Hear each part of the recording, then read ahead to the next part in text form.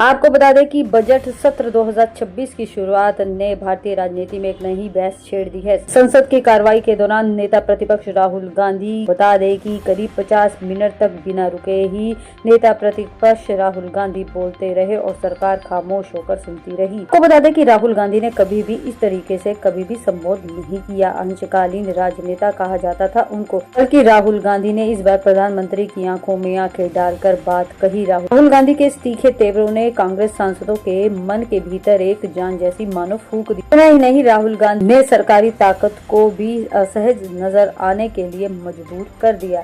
सदन के भीतर राहुल गांधी का सबसे बड़ा प्रहार भारत अमेरिका व्यापार समझौता पर था। राहुल ने सीधे तौर पर प्रधानमंत्री मोदी पर आरोप भी लगा दिया। उन्होंने अमेरिकी राष्ट्रपति डोनाल्ड ट्रंप के दबाव में आकर देश के हितों का सौदा कर दिया है, ऐसा कहा है। उन्होंने मार्शल आर्ट का उदाहरण देते हुए कहा है कि सरकार एक ऐसी ग्रिप में फंस गई है जहां भारत की ऊर्जा सुरक्षा और डेटा अमेरिका के हवाले कर दिया गया है। राहुल ने यह तक कह दिया कि आपने भारत माता को बेच दिया है। विपक्ष ने अब इस मुद्दे को सड़क पर ले जाने की तैयारी भी कर ली है, जहां ट्रंप, अडानी और मोदी के पोस्टरों के जरिए सरकार की घेराबंदी की जाएगी। संसद में गर्जना। बता दें कि संसद में राहुल गांधी ने शुक्रवार को 17 प्रमुख किसान यूनियनों के नेताओं के साथ हाई प्रोफाइल बैठक की। इस बैठक का संदेश साफ था कि राहुल गांधी अब केवल सदन के नेता नहीं बल्कि किसानों के प्रधान सेनापति बनना चाहते हैं। उन्होंने किसानों से वादा किया कि चाहे उन पर कितने भी मुकदमे हो या संसद में निलंबन मिले, वह पीछे हटेंगे नहीं। किसान नेताओं ने मक्का, सोयाबीन और कपास जैसे फसलों पर विदेशी आयात के खतरे को लेकर चिंता जताई है, जिसे राहुल गांधी ने एक राष्ट्रव्यापी जन आंदोलन में बदलने का संकल्प लिया है। अब असली परीक्षा संसद के भाषणों की नहीं बल्कि जमीन पर उमड़ने वाले जन सैलाब की होगी, राहुल गांधी ने स्पष्ट कर दिया है।